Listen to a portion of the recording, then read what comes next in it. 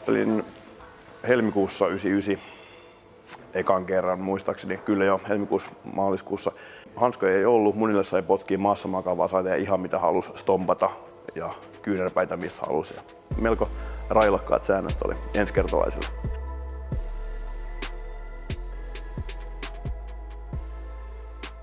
Mutta silloin vielä enemmän lajin pariin etsityi sellaisia ihmisiä, jotka halusi elämysmatkailla ja saada sitä mainetta ja oppii heti, että miten lyödään turpaan. Et totta kai paljon peruskurssille tuli sellaista väkeä, jotka halusi vaan oppia lyömään. Kisoissakin alkuvaiheessa kävi paljon semmoista kylän kovinta jätkää.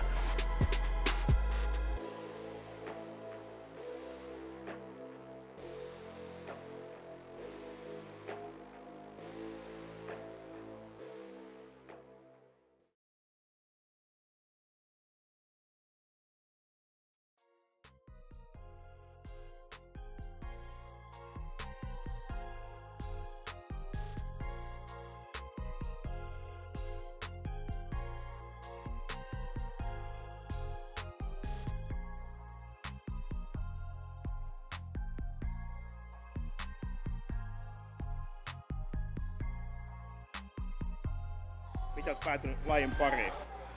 No kamppailulajeihin joskus nuorena poikana on jo kiinnostusta ollut paljonkin ja sitten potkunyrkkeilyn kautta oikeastaan niin sitten aikanaan on löytynyt tälle salille loppujen lopuksi tieni ja sitten vapaa-ottelu.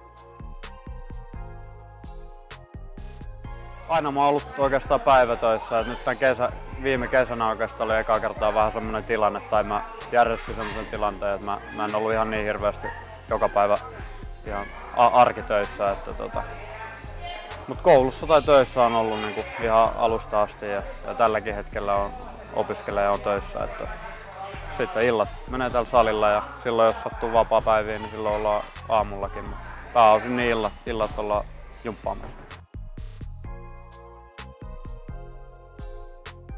Semmoinen 10-11 kertaa viikossa monipuolisesti vapaa-ottelu ja siihen liittyviä tukilajeja tai nyrkkeilypaini, nyrkkeily, lukkopaini, jne. Ja sitten oheisharjoittelut päälle.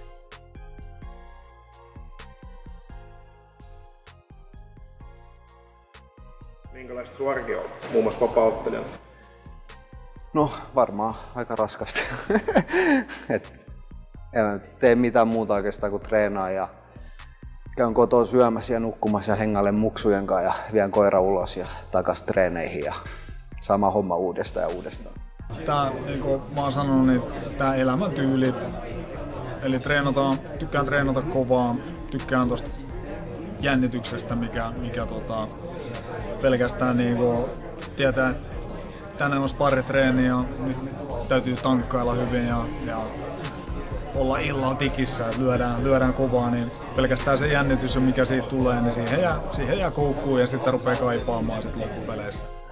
Se, että ollaan nyt UFC:ssä oteltu 2 matsia ja ollaan sinne päästy, niin se on kyllä vaatinut hemmetin pitkäjänteistä työtä ja ehkä sitä uskoa. Suurin asia on se niin kuin usko siihen omaan tekemiseen. Niin sanotaan, että sitä kautta kova työ ja usko itseensä, niin se on tuonut tuloksen. Valtava iso juttu on urheilijoiden fyysisyys, mikä on muuttunut. Silloin kun me aloitettiin 15 vuotta sitten, niin samaan aikaan olihan totta kai, no ei ollut esimerkiksi Jenkeissä, kun oli silloin jo UFC:tä, niin eihän siellä ollut mitään dopingainekontrollia tietenkään. Et silloin oli jo Jenkeissä iso kokoista jätkää ja hyväkuntoista, mutta ei sitä voi mitenkään verrata siihen, kuinka hyväkuntoisia esimerkiksi nykyiset UFC, tai ei tarvitse olla UFC:ssä, vaan Suomen huippuottelijat on kaikki. Et ne on huippu-urheilijoita, ne ammatikseen treenaavat.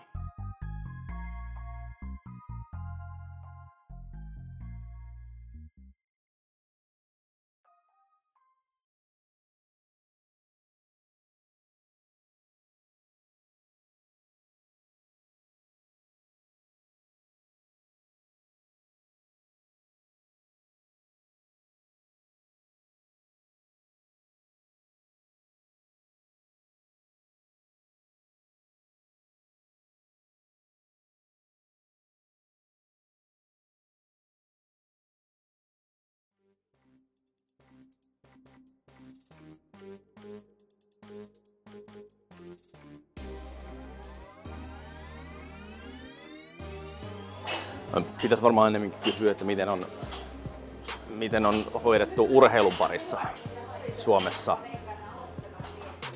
business ja markkinointi. Eihän tässä maassa ole monta, jotka tekee hyvin. Fakta.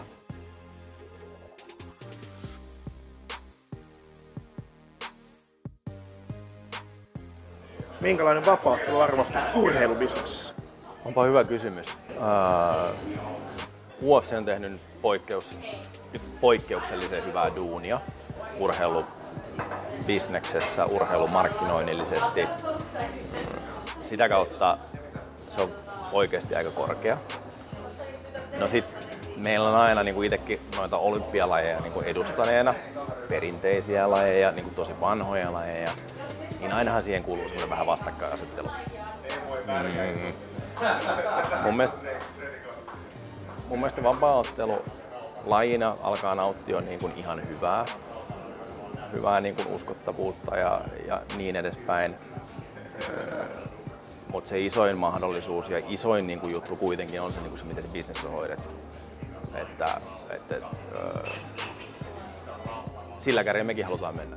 Ollaan yksi niin kuin Euroopan kiinnostavimpia sponsorointikohteita ehdottomasti niin vapaaottelussa, mutta myös muutenkin jatkossa, että niin me rakennetaan tätä kokonaisuutta. Bisneksen pitää toimia, jotta urheilukin voi toimia. Minkälaista pyörittää vapaaottelubisnestä Suomessa? No varmaan koskee samaa kuin kaikkea muuta urheilubisnestä Suomessa, että eihän se helppoa ole, ja jos tässä alkaisi tuntipalkkaa laskea, niin olisi varmaan paljon järkevämpää tekemistä, mutta tää on mukavaa hommaa, on kivoja ihmisiä ympärillä, joiden kanssa on kiva touhuta ja koko ajan kuitenkin mennään eteenpäin, vaikka niin sanotusti takaiskuja tulee, ja kyllä se nyt tää EuroFC:n myötä, kun ollaan sitten ihan oikeasti otettu vähän askelta Eurooppaankin, niin avaa niin kuin ihan uusia näkökulmia ja mielekkyyttä asiaan. Miten vapaaottelu markkinoi parhaiten itse? Kyllähän se aika pitkälti on yksittäisestä urheilijasta kiinni.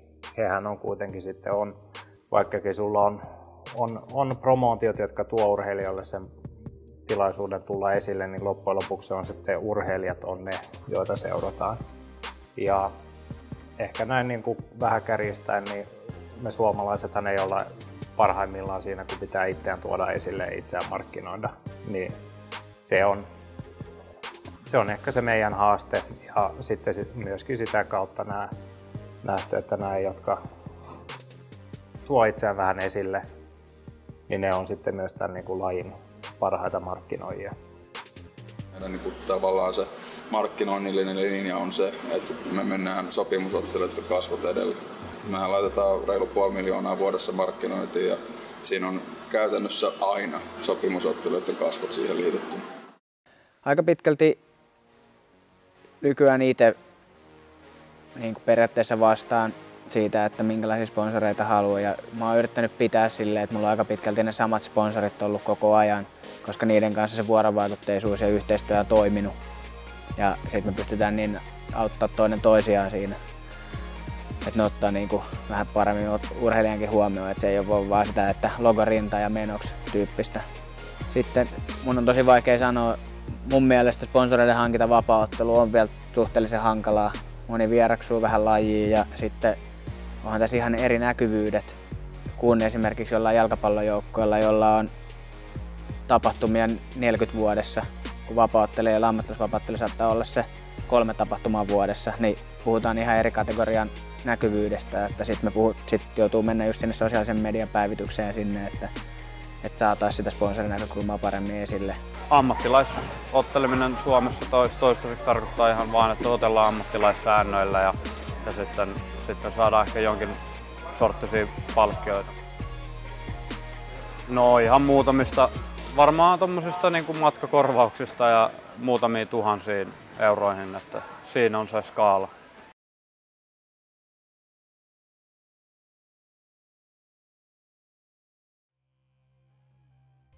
Yhdysvaltalaisessa vapaaottelussa on ollut viime vuosina paljon dopingkerroja ja tavallaan doping-ongelmaa, niin onko Suomessa Suomalaisessa vapaaottelussa ei ole sen kummempaa doping-ongelmaa kuin muissakin lajeissa. Suomen vapaaotteluliiton lisenssiottelijat on ADTT:n alaisia ottelijoita, että heitä testataan ihan samalla systeemillä kuin muitakin lajeja. Että kuka sen sitten näkee tai ei näe ongelmana, mun mielestä ei ole vastaava ongelma, että meillä on yksi ottelija kärrynyt sen jälkeen, kun niitä ruvettiin testaamaan. Että se on aika hyvä prosentti kuitenkin.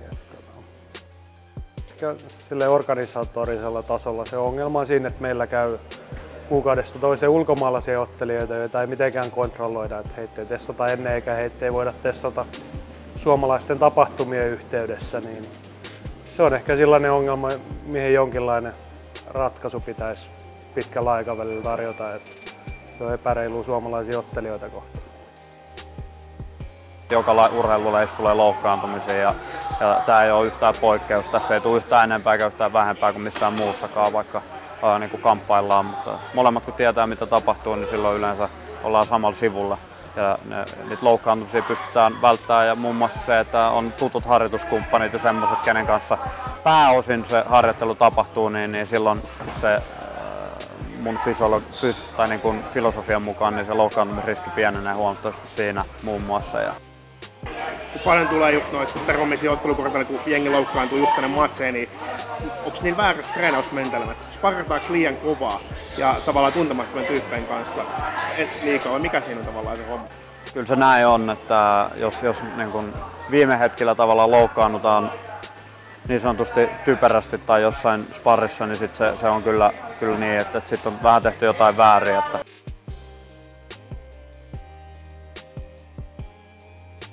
jos tulee sparreissa paljon loukkaantumisia, niin kyllä mun henkilökohtainen mielipide, ja nyt täytyy muistaa, että tämä on mun mielipide, niin kyllä ne loukkaantumiset johtuu siitä, että sä oot väsyneenä tekemässä sitä asiaa. Mutta totta kai aina poikkeusvallista sääntöjä on niin kuin ihan täysin vahinkojakin ja sattumia sun muita sellaisia, että niin totta kai vahinkoja saattaa käydä. Mutta huolellinen lämmittely ja virkeänä treenaaminen, niin ei varmasti kyllä hirveästi tapahdu mitään. Monilla on vielä aika vahvoja ennakkoiluja just lajia kohtaan, niin tuleeko ne koskaan häviämään meillä Suomessa? No kaikkiahan ei voi miellyttää, et ei se varmasti, eikä mun mielestä tarvikaan, että jokainen saa tykkää siitä mitä halutaan, että tietenkin toivomushan olisi, että lajiväki ja lain parissa toimivat niin paljon kuin mahdollista edesauttaisi näitä asioita ja nämä niin sanotut stereotypiat siltä osin kun ne on virheellisiä, niin että ne ei olisi enää niin voimakkaita. Ja kyllä mun täytyy sanoa, että Vapaaotteluliitto ja kaikki lain parissa toimivat niin hyvin on mun mielestä sitoutunut tämmöisenkin pariin ja ihan yksittäiset urheilijatkin, miten he puhuu haastatteluissa ja näin, että kyllä se koko ajan niin kuin parempaan suuntaan menee. Suhtautuminen on muuttunut kovasti siihen suuntaan, että tietoisuus on lisääntynyt, että kaikki tietää nyt jo, tai ei kaikki, mutta iso osa tietää mikä on UFC. Sitten taas tiedetään myös se, että se on urheilu, mutta toisaalta on lisääntynyt myös sellaisten ihmisten määrä, jotka katsoo sitä puhtaasti viihteenä, koska UFC on ihan ei pelkästään, mutta iso osa siinä on viihdettä. Niin halutaan nähdä enemmän, sen takia myös vapaaottelun luonne on vähän muuttunut, että halutaan nähdä nopeita näyttäviä otteluita. Tavallinen maallikko ymmärtää enemmän pystyottelua, niin sen takia siellä on ehkä UFC:lläkin paineet suosii vaikka pystyottelua.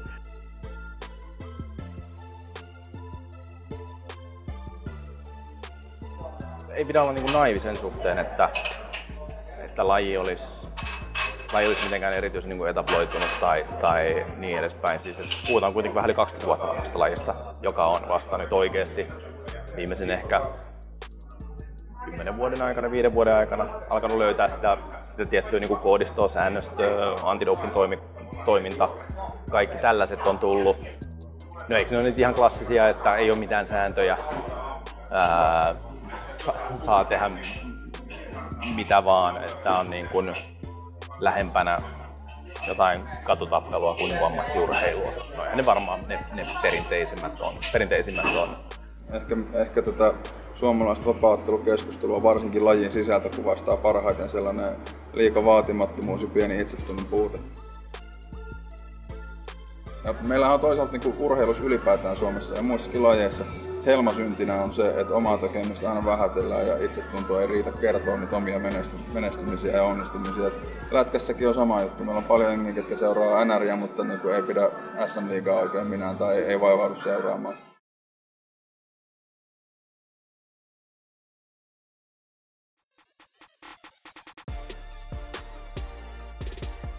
Suomalainen vapaa-ottelu on mun mielestä koko ajan kasvamassa ja jos nyt miettii näitä organisaatioita, mitä tulee, nytkin on tulos iso suomalainen uusi organisaatio, niin Eurooppa-tasolla iso, niin kyllä koko ajan me eletään siinä kasvussa ja toivotaan, että jossain vaiheessa saadaan se UFC tänne Suomeen ja ei se nyt kauhean kaukaakaan tällä hetkellä enää ole. Ja toki se vaatii sitä, että me parannetaan koko ajan, me ollaan koko ajan parempia versioita itsestämme ja tuodaan sitä sit julki ja näytetään niitä taitoja tuolla maailmalla. Se on kaksipiippunen juttu. Toisaalta siinä on se, että sehän on kuitenkin brändinä ja ilmiönä sellainen, että varmuudella se niin kuin kasvattaisi täällä markkinoita sen myötä, että sillä on enemmän vetovoimaa kuin kansallisella pienemmällä brändillä saada sitten näitä ensikertalaisia kokeilemaan tai saada esimerkiksi mediakynnys ylitettyä niin kuin tiuhemmalla frekvenssillä. No siellä ensinnäkin, kun siellä on ollut niin hurja tapahtumamäärä, niin otteluiden taso ei välttämättä aina ole kuitenkaan niin korkealuokkainen, että se 3 kultaisen kirjaimen glorifiointi on jossain määrin mun mielestä vähän liioiteltua, että jos sä vertaat suomalaisen ammattilaisvapaa-ottelutapahtuman ottelukorttia ja siitä, että miltä ne matsit näyttää, niin ihan varmasti ei jää viihdyttävyydessä tai urheilullisessa substanssissa niin kuin paitsi mistään. Olisiko suomalaisella naisvapaa-ottelulla potentiaali nousta sinne maailman kärkeen? Ei ole mitään syytä, miksei. Ehdottomasti siis jos katsotaan, on Euroopasta muistakin maista on tullut huippuja ja tietenkin se, että me ollaan aika pieni maa, niin sitten se tavallaan massa, josta näitä huippuyksilöitä voisi tulla, niin on aika vähäinen, mutta jos katsotaan esimerkiksi, tarvii mennä kuin painin puolelle, jossa meillä on yksi suomalaispaini ja yksi ihan ehdotonta maailman huippua, niin miksei sama vapaa-ottelussa, aivan ehdottomasti. Jos me suhteutetaan harrastajamääriin, niin menestys on ihan huikeeta ja naisissa se korreloituu vielä enemmän. Meillä on vielä vähemmän naisharrastajia, vielä vähemmän ammattilaisnaisvapaa-ottelijoita, mutta sitten näiden vähälukuisten naisten saavutukset on ihan uskomattomia. Et sinänsä niin naisvapaa-ottelu Suomessa voi todella hyvin ja totta kai varmuudella se tulee voimaan vielä paremmin sitä myötä, kun saadaan sinne lisää harrastajia. Tällä hetkellä ollaan ehkä siinä just tilanteessa, missä Ruotsi oli muutama vuosi sitten. Täällä oikeastaan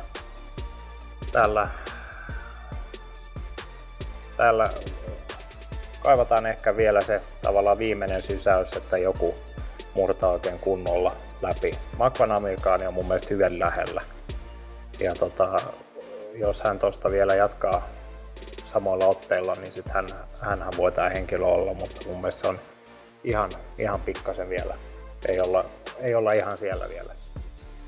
Koko ajan tulee uusia nimiä maailmalle ja sitten vielä kun saataisiin muutamia kovia uusia harrastajia amatööripuolelle tai huomattavasti lisää harrastajia, niin sitten saataisiin vähän laajempi pohja. Pitää pystyä muuttumaan ja kehittyä ja miettimään, että miten tavallaan kukakin niin kuin pystyy tekemään asioita paremmin. Että se kilpailu on ehkä tällä hetkellä meillä Suomessa semmoinen niin kuin isoin, että jos me saadaan vaan jengi takaisin kilpailemaan ja sitä kautta niin kuin innostua siitä harjoittelusta ja kilpailusta sitten niin kuin vielä isommissa määrin. Meillä on harrastajia, rupeaa olemaan tosi hienosti saleilla, mutta vielä saadaan kaikki kynnelle kykevät kilpailemaan ja niin kuin urheilullisesti lahjakkaat enemmän ja enemmän lajin pariin, niin sitä kautta tulee sitten menestystä myöhemmin siellä ammattilaiskehissä. Me ollaan nähty vasta niin kuin murto-osa oikeasti siitä potentiaalista ja kun katsoo niin kuin niitä vaikka alkeiskursseja noilla saleilla, minkälaisia saleja meillä tällä hetkellä on, miten amatööripuolella menestytään vaikka MM-kisoissa sun muuta, niin erittäin niin kuin hyvältä näyttää. No, voidaanko olla tyytyväisiä? Ei tietenkään, varmaan aina pitää kehittää, aina voitaisiin tehdä paremmin, aina voisi olla laajempi laajempi se kärki, mutta tosin positiivisia fiiliksin kyllä on seurannut nyt Suomi-skeneikin.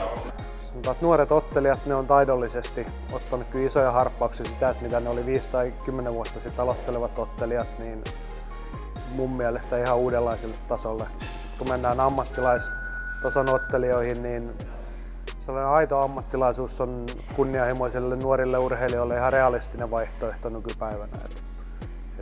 He tietää, että he voi tavoitella maailman huippua ja heillä on jonkinlainen näkymä siitä, että tätä voisi tehdä työkseen, jos ne hommat hoitaa hyvin. Anteeksi hei.